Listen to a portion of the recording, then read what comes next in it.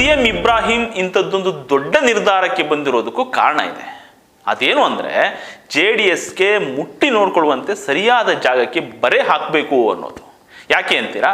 ಅವರು JDSನಲ್ಲಿ ಇದ್ದಷ್ಟೂ ದಿನವೂ ಇದ್ದಿದ್ದು ಹೇಗೆ ಗೊತ್ತಾ? ಸಂಸಾರದಲ್ಲಿ ರಾಜಕೀಯ, ತನ್ನ ಮನೆಯಲ್ಲಿ ತಾ ಪರಕೀಯ ಅನ್ನುವಂತೆ ಇದ್ರು. ಪಕ್ಷದ ರಾಜ್ಯಾಧ್ಯಕ್ಷರಾಗಿದ್ರೂ ಕೂಡ ಇವರನ್ನ ದೇವೇಗೌಡ ಅಂಡ್ ಸನ್ ಕ್ಯಾರಿ ಅಂತಿರಲಿಲ್ಲ. ಯಾವುದಕ್ಕೂ ಕೇಳದೆ ಅಪ್ಪ ಮಗ ಎಲ್ಲದಕ್ಕೂ ತಾವೇ ಕಾರ ಹರಿತಿದ್ರು.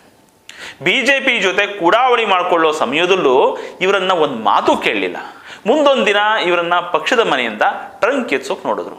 ಇದೇ ಇಬ್ರಾಹಿಂ ಸದ್ಯಕ್ಕೆ ರಾಜಕಾರಣದ ಪಡಸಾಲೆಯಲ್ಲಿ ಕೂತಿರೋ ನಿರುದ್ಯೋಗಿ, ಸಾಲದಕ್ಕೆ ರಾಜಕೀಯದ ಸಂಧ್ಯಾಕಾಲದಲ್ಲಿದ್ದಾರೆ.